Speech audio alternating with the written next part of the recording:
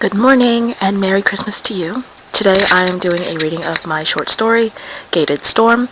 It is not yet done, but let's call this the first chapter of a short novel that I'm writing. So, I hope you enjoy. Gated Storm.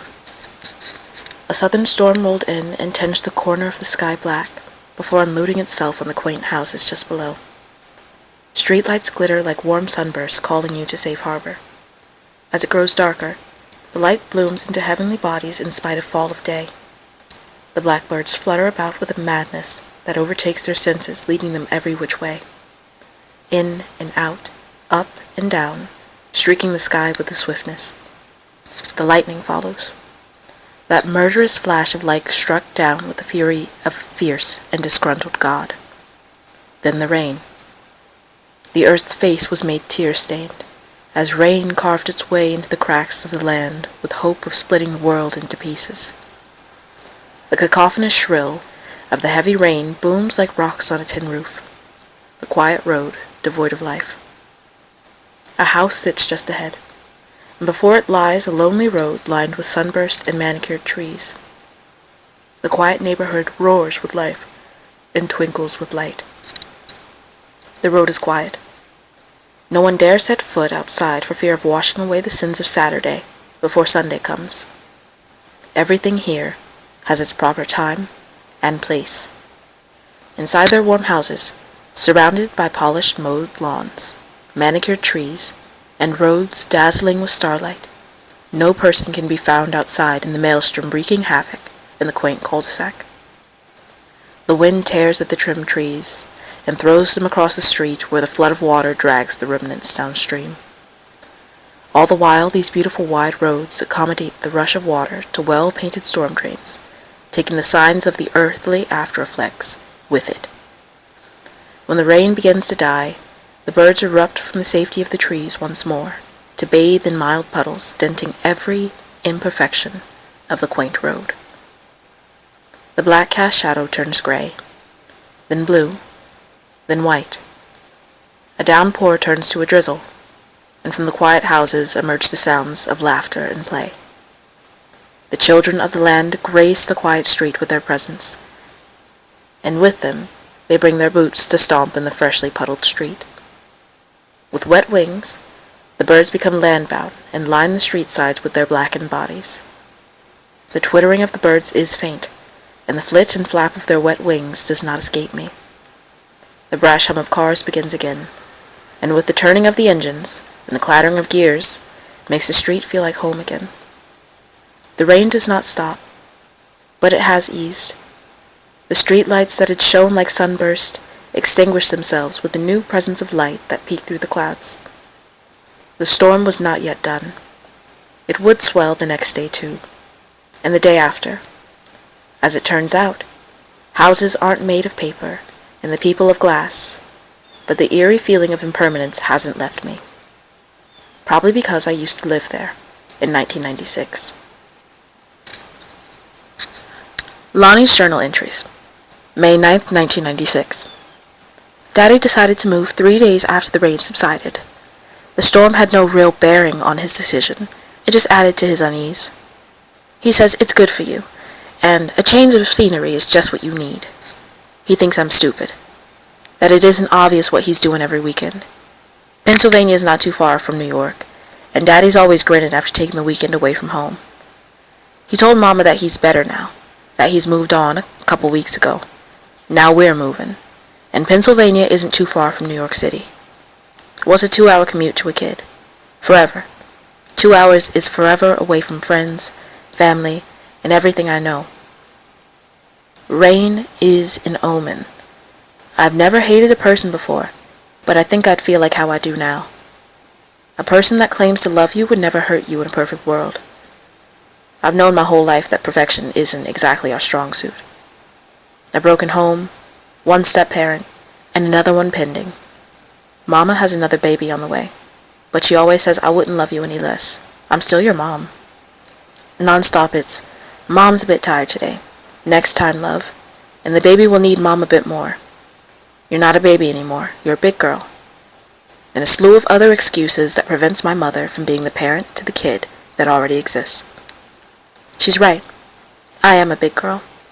I will always choose to swallow my feelings to spare hers. The lessons that I learned from my mother are always the most painful. I eat away at myself, just like she taught me. Daddy doesn't usually jump his life on me or convince me to understand. Mama's attempts at understanding are what eats at my conscience. My empathy is what kills my soul. Pity is what makes me reduce myself to a pile of feelings that has no choice but to accept this broken person. I am their possession to be passed around. The only reason I live with Daddy is because I was the dog that ran to its favorite owner. In the future, do I master empathy from a distance? Will Mama ever notice that I'm unhappy? Has she already noticed? She just doesn't want to take the time. I already know the answers. I love you. May 23rd, 1996. Daddy told me that it was time for him to move on, permanently. He said that it was my choice to follow him. He also told me that I had to see Mama every weekend. Court-ordered Mama's Wishes combo. 2 hours, there and back, every weekend, just to sit in my room and ignore her for 2 days and 2 nights, with the exception of dinner. The obligatory, how's school? And the weather is XYZ ABC today, don't you think? I'd rather not take care of a new baby and be referred to as the older one. Living my life like the end of a bread loaf isn't appealing in the slightest. The used piece that's only a placeholder and thrown out when the loaf is finished. The marriage is finished. Most people don't appreciate the ends until they realize that that's all that's left. Thing is, I'm not the only one left anymore. There's a new husband and a baby that doesn't grow old till the marriage itself spoils. The new loaf.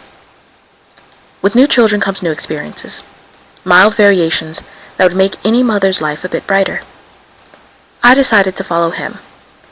Daddy hasn't worried too much about me, though, because pending stepmom is occupying all his time these days.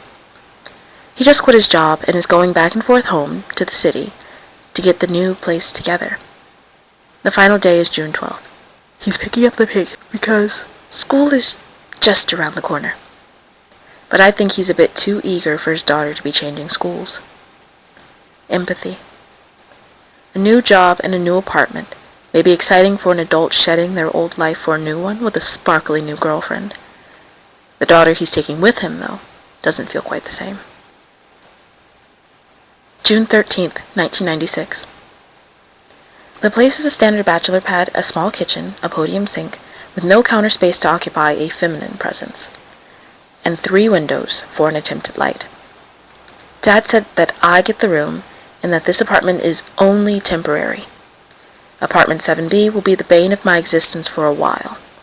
I can just tell. June 23rd, 1996. Sunday. As the saying goes, happy wife, happy life. The weekend is nearly over, and my mother is very unhappy.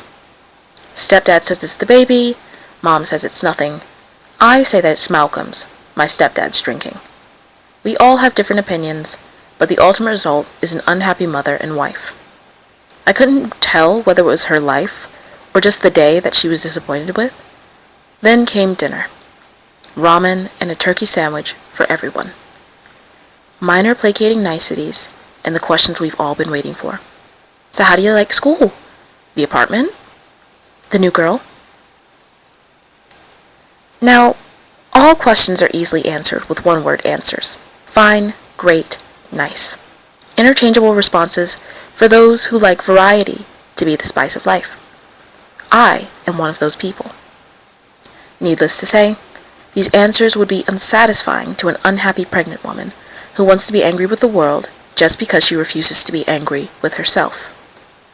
I am the highlight of the evening, and with such a spread before me, I would be remiss not to satisfy my host. The school is fine, the place is nice, the girl is pretty. A sentence that does not fly without being questioned. Mom says, pretty? I say, yes, but God knows that doesn't end there. Not beautiful? Pretty? She's nitpicking. Not uncommon for my mother in unwelcome company, but with my words, she knows there's hardly a double meaning. I tell her the woman is about 30, 35, at most 10 years younger than my father, which is a fairly respectable age gap if I may say so. My mother is not upset. She wants to be angry that Dad chose a perky 30 after she left him. We all make choices. This dinner was not mine. And that's where the short story ends, because I have not finished writing it.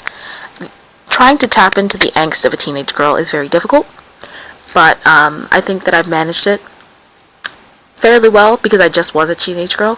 So once it is done, I will come back for another reading, and I thank you very much for listening.